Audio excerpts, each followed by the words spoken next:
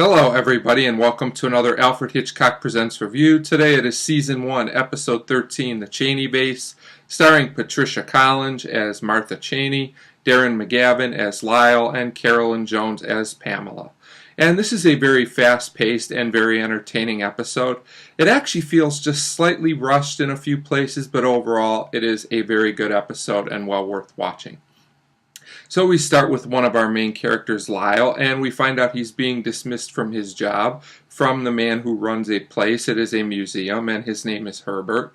And basically he's just being dismissed for always being late, not showing up, things like that. So you can tell this guy doesn't have the greatest work ethic in the world at this point. And then we also are introduced to a woman named Pamela who also works there.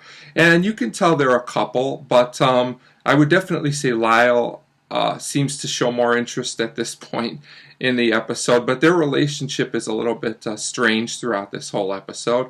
Then we are introduced to our other character, Mrs. Cheney. She comes to visit the museum, and her and Lyle seem to get along pretty well. He's very nice to her at this point, and Miss Cheney shows him a sculpture she made of a horse. This will be important later in the episode because we know she's capable of doing these kind of things.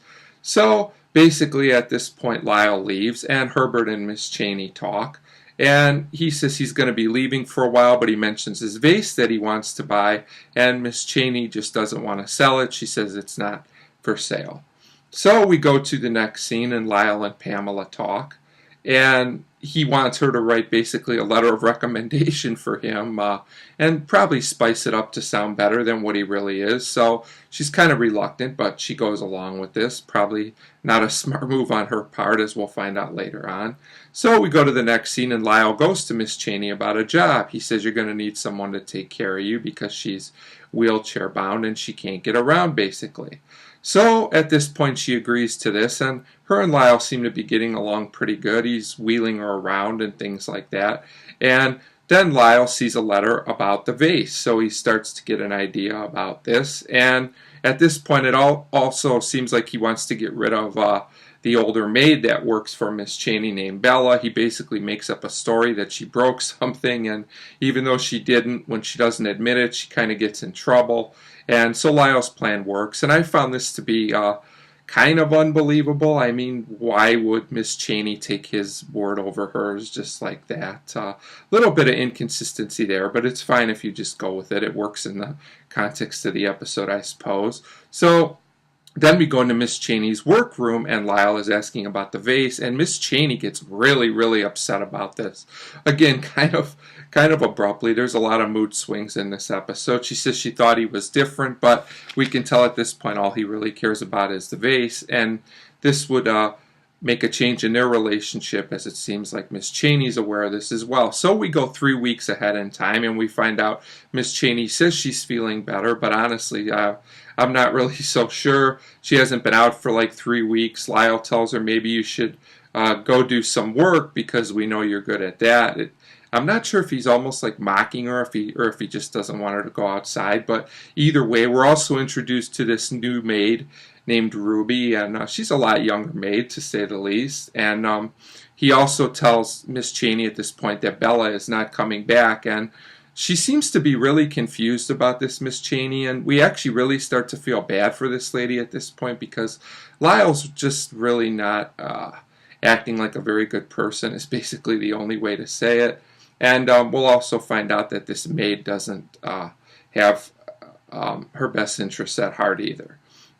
So at this point we get another Pamela and Lyle scene, and they talk about the vase, and Lyle says it's worth a lot and he has this scheme to get it. And you can tell Pamela's actually starting to feel bad for Miss Cheney at this point, but she continues to reluctantly go along with this. I guess Pamela just never learns. So at this point we get a scene between Ruby the new maid and Miss Cheney, and Miss Cheney says he did something with the phones and she can't make any calls out. Who knows what Lyle's been doing? I don't think they show us all the bad things he does, which is fortunate. He's just really not very nice to Miss Cheney at all. And she gives Ruby a note pleading with her to take it to her lawyer, I believe it is. And of course we'll find out later that Ruby takes this to Lyle instead.